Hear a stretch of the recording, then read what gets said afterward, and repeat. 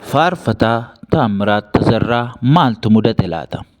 Faarfataan Taammiraat Tazarraa faarfataa qaxalee fi faarfataa ayyaanni Waaqayyoo irra ture isteejii gurguddaa saba Waaqayyoo bakka garaa garaa biyya garaa garaa deemuun tajaajilaa turedha. Faarfataan kun nama ayyaanni Waaqayyoo dhugaadhumatti irra jiruu fi gaafa inni waltajjii saba Waaqayyoo tajaajilu fuulduratti ba'u nama ayyaanni Waaqayyoo humnaan irraa mul'atudha. Egaan obboleessi kun kaleessa karaa tiiktookii isaa hafuura koo ishee dhumaa yookaan immoo my last breath jedhee karaa tiiktookii isaa miira baay'ee ulfaataa ta'ee fi miira gaddaa guddaa keessa ta'ee dubbachaa ture. Baay'ee akka nama isa gargaaruu fi nama isa bira dhaabbatu akka hin qabne, nama isa tumsu akka hin qabnee fi baay'ee booddeetti deebi'ee akka kufe dubbata. Egaan waggaa 5 oliif waldaa kiristaanaa irraa adda ba'ee tajaajilan jaalladhu irraas adda ba'ee booddee deebi'een baay'ee dadhabeen kufee jira. Nama naaf kadhatuun barbaada jedhees fuula tiiktookii isaa irratti imimmaansaa dhangalaasaa dubbachaa ture.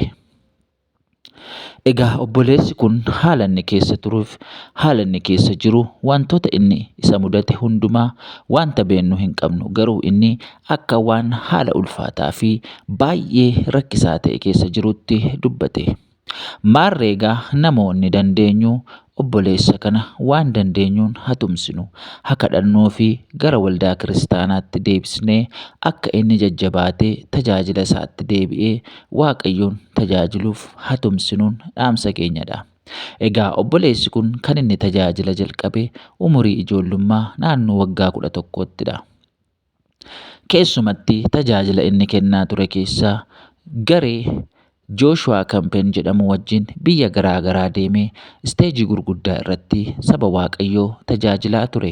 Dhugumaan immoo nama dibata ayyaanni Waaqayyoo irra jiruu fi nama dhugumatti dibamedha. Garuu egaa biyyi lafaa kun danqamtuu fi kan hin mijanne waan taateef rakkoo garaa garaa keessa seenee gara booddeetti deebi'ee waggaa 5 oliif tajaajila isaa irraa akka adda ba'e dubbata. Egaa obboleessa kana haa tumsinu.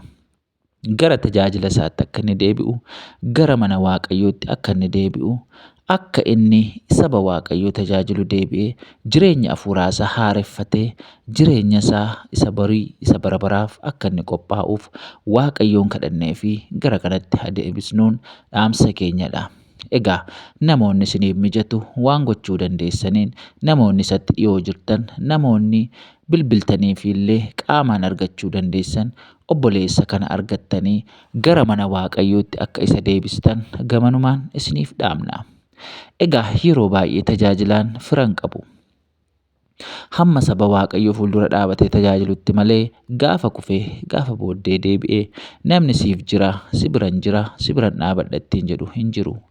Egaa adaraa keessan tajaajilaan fira hin qabu waan ta'eef namni hundumtuu fira obboleessa gargaaraa taatanii fi gara mana Waaqayyootti akka isa deebistan, keessumattuu immoo hojii Waaqayyoo inni hojjetaa tureef seexannis ittiin ijaa ba'aa jira waan ta'eef adaraa keessan tumsa barbaachisaa ta'e gama keessaniin akka gootaniif isiniif dhaamna. Maarree egaa osoo hin turin warri qarshii illee qabdan, warri kadhachuuf illee dandeessan, haala mijataa kam keessayyuu warri jirtan obboleessa kana barbaadaatii simadhaatii gara mana Waaqayyootti isa deebisaa. Gara biyya lafaatti badee akka inni kana caalaa hin miidhamneef, akka inni jireenya bara baraa sana hin dhabneef gara jireenyaatti isa waamaa. Egaa obboleessa keenya Taammee atis abdii hin kutatin, Waaqayyo si wajjin jira, gargaaraa inni ta'e si wajjin jira waan ta'eef atumtuu baga nagaan deebite malee Gooftaan kee si simata, Gooftaan kee garaansaa bal'aadha. Ati wanta tokkottiyyuu abdii hin kutatinii kottuutii mana abbaa keetti deebi'iitii Waaqa kee wajjin walii galiitii Gooftaa kee wajjin araarameetii araara buusiitii isaa wajjin jiraadhu siin jenna. Egaa tajaajila kee sanattis akka deebitu abdii qabna. Waaqayyo haala siif mijeessa. Wanta darbe hundumaa, rakkina hundumaa, waan si rakkisaa ture hundumaa dabarsee akka inni deebisee fuula saba isaa si dhaabu immoo abdii qabna. Atis isa kanaaf tajaajila keetti deebi'uuf jajjabaadhu. Wanta dabarsite hundumaa keessaa ba'ii hojii biyya lafaa isa hin taane sana keessaa ba'iitii dafii gara gooftaa keetti deebi'i siin jennaa. Waaqayyo baraaf jireenya keessan haa eebbisu. Eebbifamaa.